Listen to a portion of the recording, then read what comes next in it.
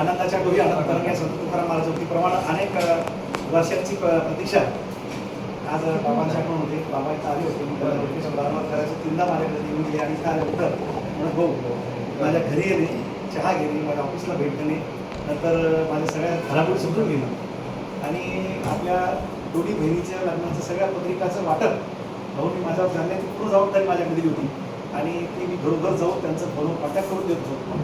त्यामुळे भाऊ एक मोठं व्यक्तिमत्व शेतीनिष्ठ शेतकरी म्हणून किंवा राज्यामध्ये समर्थ बहुउद्देशीय संस्थेच्या माध्यमातून ही सॅगरी कॉलेज असेल किंवा त्यांच्या वेगवेगळ्या ॲक्टिव्हिटी असतील, पाणलोट क्षेत्र असेल, या माध्यमातून आदरणीय देवानंद भाऊंनी संपूर्ण आपल्या आयुष्यामध्ये एक समाजसेवेमध्ये समर्पित भावनेतून काम केलं आणि त्यामुळं त्यांची ख्याती ताई आमच्या व्हाईस चेअरमन ताई ख्याती आपल्या सर्वदूर पसरलेली आहे आणि त्यांचेच पुढचे धोतक आता सांगायला काय हरकत नाही की मनोज भाऊ तुम्ही मी पाहत होतो अनेक सुखदुःखात मी पण उपस्थित असतो. तुमचा जो कामाचा आवाज आहे, तुमचा जो कामाचा झपाटा आहे किंवा तुमचा कामाचा जो वेग आहे हा आज नाही तर मागील 20 वर्षापासून मी पाहतोय. अगदी इथे कोणतंही लग्न असेल, विदर्भातला असो मराठवाड्यातला असो, तर मनोज भाऊ हे तरुणांच्या गळ्यातले ताईत त्या ठिकाणी ते येणार, 100% शुभेच्छा देणार, दुःखद प्रसंगी सुद्धा खंबीरपणे पाठीमागे उभं राहणार आणि हे सगळं अनेक वर्षापासून तुम्ही करत असल्यामुळं सर्वसामान्य माणसामध्ये तुमची एक वेगळी प्रतिमा, सर्वांमध्ये मिसळणारा एक आपला माणूस, माणुसकी पण जपणारा माणूस, तरुण तडफदार आणि सर्वांना समजून घेणारा माणूस, स्वतःच्या क्षमतेवर विश्वास ठेवणारा माणूस आणि हे सोपं नाहीये. आज आपण कमी कालावधीमध्ये सिंदखेडच्या मतदारसंघामध्ये अगदी शेवटच्या टप्प्यात एवढा मोठा दुःखाचा डोंगर प्रसंग आपल्या परिवारामध्ये आला होता. त्या प्रसंगाला आम्ही सर्व उपस्थित होतो, परंतु त्या प्रसंगामध्ये शेवटच्या टप्प्यामध्ये काही घडामोडी झाल्या आणि इच्छा नसताना की एवढं मोठं दुःख पचणं अवघड होतं, पण नियतीला काही वेगळं मान्य असल्यामुळं ते आपल्यामधून दादा भाऊ अचानक गेले आणि मनोज भाऊ एक जबाबदारी कुटुंबाची येऊन पडली आणि त्यांनी त्या क्षणी होकार दिला आणि अत्यंत शेवटच्या क्षणामध्ये त्यांना उमेदवारी डिक्लेअर झाली आणि काही म्हणजे दिवस म्हणता येईल आपल्याला, महिना पण नाही, काही दिवसामध्ये काही लोकांपर्यंत ते पोहोचले असतील, काही लोकांपर्यंत पोहोचले नसतील. अशा कमी कालावधीमध्ये सुद्धा लोकांनी त्यांना यावेळेस अत्यंत विस्तारलेला सिंदखेडचा मतदारसंघ म्हणजे भौगोलिक परिस्थिती पाहिली आपण तर सगळ्यात मोठा मतदारसंघ तो आहे. वेगवेगळ्या अंगाने आपण त्याला पाहिलं तर म्हणजे हे टोक तर ते टोक असा मोठ्या प्रकारे त्यांचं म्हणजे मतदारसंघाची रचना आहे.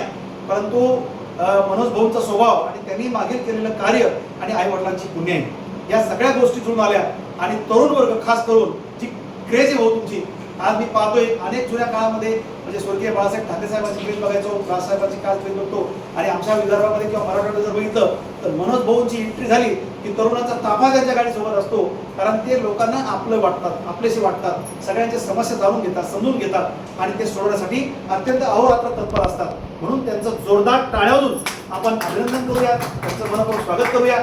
मनोज भाऊ आम्हाला आपला सार्थ अभिमान आहे, कारण आपण तर आपल्या कार्यामध्ये स्वतः झुकून दिलेलं आहे, परंतु आपण एका मोठ्या परिवाराचे वारसदार असताना, एका मोठ्या खानदानामध्ये सर्व काही सर्वगुण संपन्न असताना असे व्यक्ती समाजसेवेत पुढे झगत नाही, पुढे येत नाही.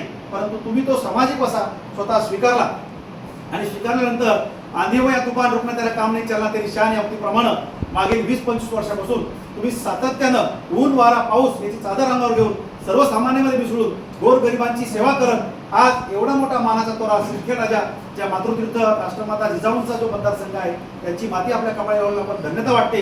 छत्रपती शिवाजी महाराजांच्या मातोश्री ज्यांच्यामुळे आपल्याला प्रेरणा मिळते अशा मतदारसंघाचे आमदार म्हणून आपण त्या ठिकाणी बहुमान जो प्राप्त झालेला आहे, यामुळं सर्व तरुण वर्गामध्ये एक आनंदी वातावरण, एक हॅपी वातावरण, एक सगळ्यामध्ये एक उत्साह, चैतन्य आणि जोश निर्माण झालेला आहे. एक आपला आमदार म्हणून तुमची जी राणी आहे, राणीमान आहे, तुमच्यानंतर अनेक लोकांनी आपली राणीमान चेंज करून घेतली. अगदी साध्यापर्यंत नाही, कधी शर्टिंग नाही, एकदम साधा व्हाईट ज्यांचा पेहराव असतो त्या शर्टवर कधी विधानसभेत गेले तर फक्त एक लोगो असतो आमदारकीचा, आमदार. अशा सगळ्या पद्धतीने त्यांचं चालण्याची पद्धत, बोलण्याची पद्धत, समजून घेण्याची पद्धत अनेक ठिकाणी मी बघतो.